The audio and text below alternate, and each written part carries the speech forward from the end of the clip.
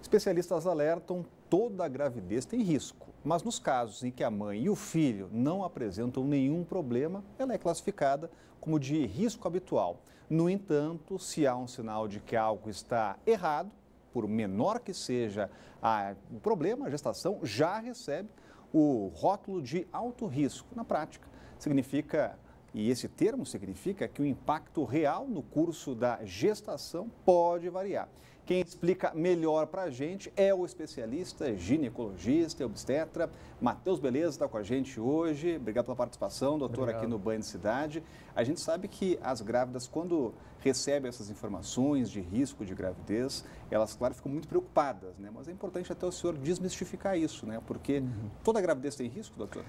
Existem essas duas classificações, como você adiantou, do risco habitual e da gestação de alto risco. Então, toda gestação por si só, no seu transcorrer, tem algumas particularidades que podem podem exigir um cuidado maior, vamos dizer assim. Naqueles casos onde a gente já tem um fator predisponente de doença, de alguma coisa que pode desencadear uma mudança aí nesse transcorrer fisiológico, a gente já classifica como de alto risco. E aí pode ser tanto materno quanto fetal. Agora, eu imagino que as grávidas, quando ouvem a expressão risco, elas já imaginam: olha, eu tenho que ficar em casa, deitada, não posso trabalhar, não posso fazer nada. Mas não é bem assim, Não né? é bem assim. Hoje em dia, inclusive, a literatura tem mudado esse nome, passado para gestação de alta complexidade, justamente para mostrar que exige um cuidado maior, mas não necessariamente precisa que a gestante fique parada. Isso é um mito, assim, de que a paciente não pode fazer absolutamente nada. Muitas vezes o que ela precisa fazer é aumentar a gama de exames que vão ser solicitados, algumas medicações a mais, uma aferição de uma pressão, glicemia, são particularidades para cada caso em si. Agora, a partir do diagnóstico, a partir da confirmação da gravidez, né? Quais são aqueles cuidados básicos que toda grávida tem que ter? Claro, tem que ter acompanhamento médico, né? Mas quais são aquelas prevenções importantes? O principal que a gente fala é fazer um pré-natal de boa qualidade, com uma equipe capacitada, cuja a necessidade vai despertar nesses profissionais a solicitação de novos exames, pedir uma segunda opinião, a opinião de um especialista que vai completar essa equipe. Então, nos casos, por exemplo, de pré-eclâmpsia, que é aquela pressão alta na gestação, muito comum no Brasil, tem muitas pacientes acometidas. Muitas vezes o que a gente precisa é um parecer de um cardiologista que vai estar junto da gente, aferir sempre a pressão e, desse modo, o bate-papo com a paciente fica melhor e a monitorização fica mais completa. Agora, nesses casos mais delicados, doutor, que antigamente tinha um risco muito maior, a medicina já conseguiu avançar e dar mais chances, inclusive, para essas mulheres? Para diversas patologias, sim. A maioria delas a gente tem conseguido avançar bastante. Sempre pesando aí o risco-benefício de determinadas condutas, porque quanto mais invasivo a gente fica, às vezes a gente vai perdendo algumas referências também. Mas, de maneira geral, tem se conseguido avançar bastante. Perfeito, doutor. Obrigado pela presença aqui no Banho de Cidade. Tirou a dúvida de muitas telespectadoras. Muito obrigado. Olha, o ministro do Gabinete de Segurança Institucional, o general Sérgio Etchegóin, divulgou hoje o esquema especial para a posse do presidente eleito Jair Bolsonaro. A preocupação com a segurança é grande, principalmente depois que Bolsonaro sofreu um atentado. A gente volta a falar ao vivo com a Renata Dourado. Já tem todo o esquema preparado, Renata, aqui para a esplanada? Tem, Rodrigo. Ainda não foi definido se ele vai fazer aquele tradicional desfile em carro aberto. O ministro disse que isso ainda está sendo definido, né? A gente lembra que, tradicionalmente, o presidente eleito, quando toma essa posse, faz esse desfile em carro aberto, ali da Catedral até o Congresso Nacional, depois vem para o Palácio do Planalto. Então, isso ainda está sendo definido. Mas há, sim, um forte esquema de segurança, toda uma preocupação para garantir a segurança não só do presidente eleito, Jair Bolsonaro, da primeira-dama, mas, obviamente, todos que estão ali participando dessa, que deve ser, com certeza, uma grande festa. Então, a partir da meia-noite do dia 30 de dezembro, a esplanada ficará fechada. No dia 31, não haverá expediente ali na esplanada. Isso para que os policiais possam fazer uma varredura, uma limpeza ali naquela área. A entrada do público, ela se dará ali pela rodoviária. Então, o acesso vai ser exclusivamente pela rodoviária e o público vai passar por 4 pontos pontos de vistorias. Então, realmente vai ser aí, vários policiais vão estar participando, o ministro não disse quantos policiais, mas com certeza um grande e forte esquema de segurança. Com relação ao público, existe aí uma estimativa, não se sabe ao certo, mas deve variar entre 250 mil a 500 mil pessoas que vão participar aqui na esplanada do Ministério, terão telões espalhados pela esplanada, pontos para que as pessoas possam beber água, já que não poderão participar os ambulantes nesse local. E quem for participar também, Rodrigo, não pode levar, por exemplo, carrinho de bebê, não pode levar bebida alcoólica, não pode levar garrafa, guarda-chuva. Então, são várias coisas, bolsas, mochilas. É importante as pessoas saberem aí, para quem for, de fato, participar dessa festa, aproveitar para que seja realmente uma bonita festa da democracia, né, Rodrigo? Obrigado, Renata, que está de olho. Cláudio Humberto, a gente pode ter uma mudança daquela tradição, por exemplo, o presidente não desfilar em carro aberto? Espera-se que não, né? Aliás, o presidente já disse que não vai romper essa tradição, a menos que chova, por exemplo, né? E que é tarefa da segurança tomar providências, todas as providências de cautela para impedir qualquer atentado, etc. Então, o presidente deve mesmo fazer aquele desfile em carro aberto no Rolls Royce presidencial.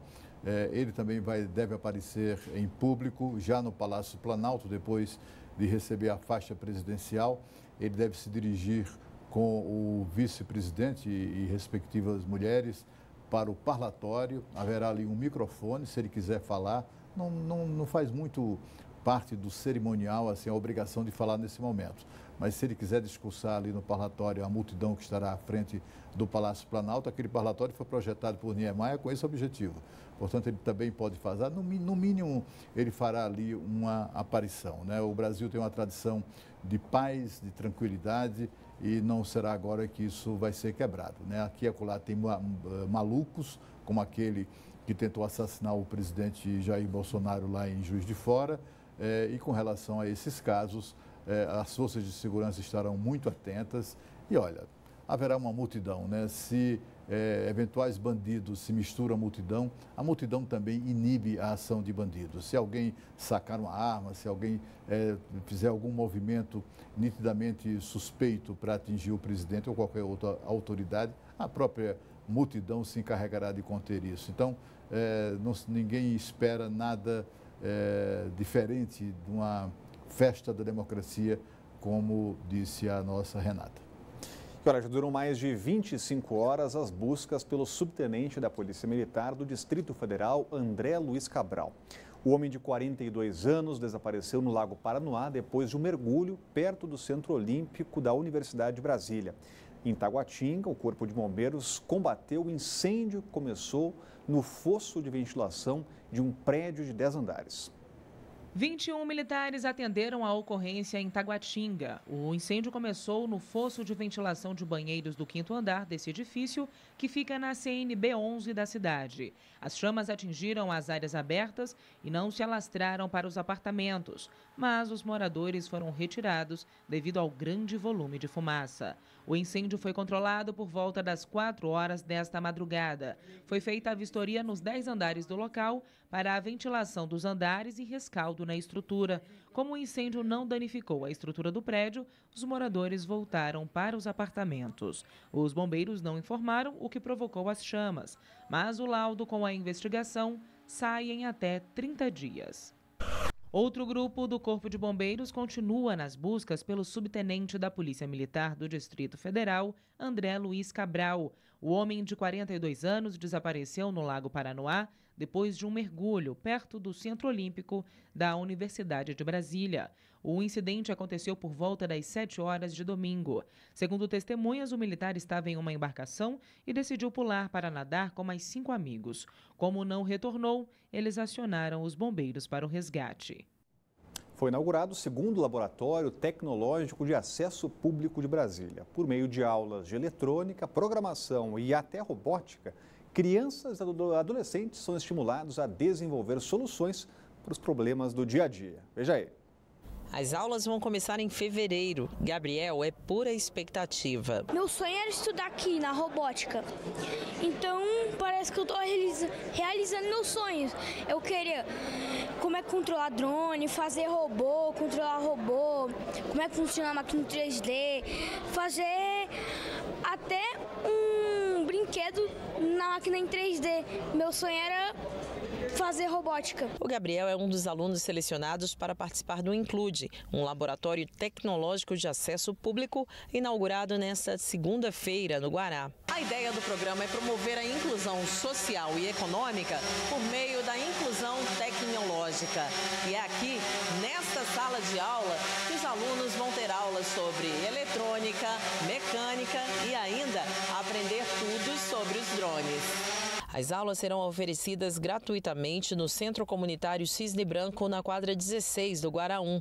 São destinadas a alunos de 10 a 18 anos e atenderão também pessoas com deficiência. A iniciativa é do Instituto Campus Party, em parceria com a Marinha do Brasil. É muito importante, porque nós temos um monte de garotos e garotas entre 10 e 18 anos que vivem em situações suburbanas ultradegradadas ou em vilas longe dos grandes centros urbanos e que nunca vão ter a possibilidade de meter mão em uma impressora 3D, em um drone, em um robô, na realidade virtual. Eles aprendem a mecatrônica, aprendem de sensores, aprendem a programar e aprendem de robótica, de drone, de realidade virtual.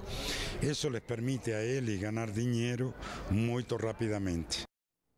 Para o primeiro semestre do ano que vem, serão oferecidas 50 vagas para alunos de escolas públicas. Os interessados devem ter entre 10 e 18 anos e precisam enviar o e-mail para voluntarias.vcb@gmail.com.